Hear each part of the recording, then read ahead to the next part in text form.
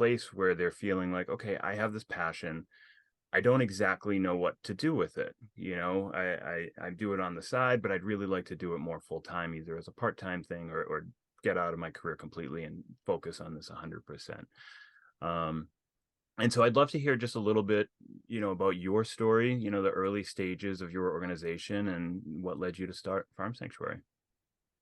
Yeah, well, when we started Farm Sanctuary back in 1986, we didn't have a business plan. We didn't have a 1 year plan. We didn't have a 5 year plan.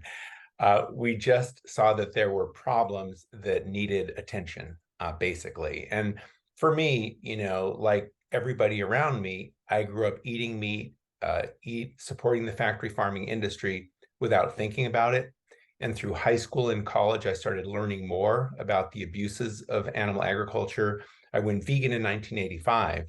But in 1986, still there was very little awareness about factory farming. And today there's still not enough awareness about factory farming. So in 1986, we co-founded Farm Sanctuary to document conditions, and we started investigating farms, stockyards, and slaughterhouses to show what was happening.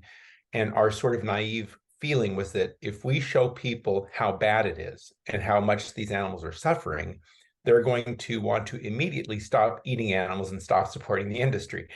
It's more complex than that. We might have good intentions, but Yeah. we also need to have infrastructure and systems underneath us to be able to make more compassionate choices.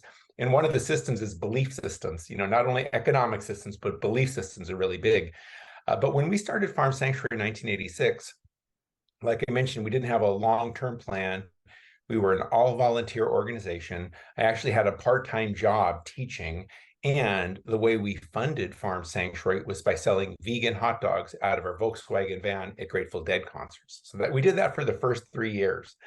And we sort of leaned into it. And as people heard about what we were doing, uh, thankfully, many people started supporting us. So I think that this mission, that the goals that we had resonated with many people.